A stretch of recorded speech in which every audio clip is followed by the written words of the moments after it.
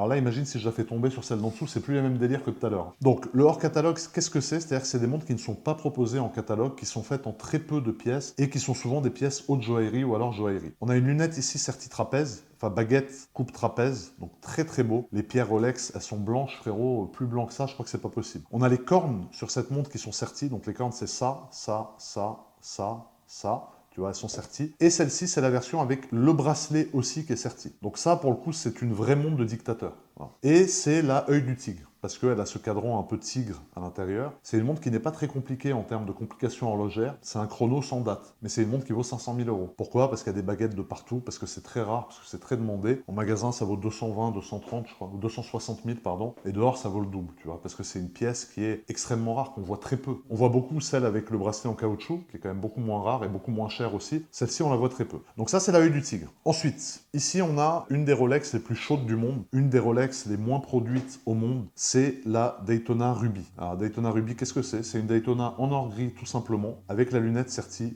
Ruby. Mais pas n'importe quel rubis. C'est des rubis qu'on appelle sang de pigeon. Sang de pigeon, qu'est-ce que c'est? C'est pourpre. C'est des pierres qui sont très très dures à avoir et tu pourras noter le côté homogène de chaque pierre. On dirait une seule pierre, mais là tu as je sais plus combien de pierres, je crois qu'il y en a une trentaine. Elles sont toutes identiques au niveau de la teinte des pierres. Même les index, donc les index c'est là où tu as le 1, le midi, le 13, 14, 15, 16, 17, 18 heures, c'est des rubis. Alors ça c'est une pièce qui vaut 600 000 euros en magasin, qui aujourd'hui cote à peu près 2 millions de dollars. Donc c'est quand même exceptionnel d'avoir eu la chance d'avoir ça. Je remercie la marque de m'avoir fait confiance, de m'avoir alloué cette montre, parce qu'aujourd'hui oui, même si tu payes 600 000 euros une montre, il faut remercier la marque parce que ça, il y a des gens sur liste, c'est inimaginable les noms qu'il y a sur cette montre. Et d'après moi, c'est une montre qui a été produite 6 ou 7 pièces dans le monde. Donc quand ils choisissent, c'est qu'ils ont envie. C'est pas qu'ils se disent ah ouais, on va lui faire plaisir, tu vois. Ils se disent on lui fait confiance.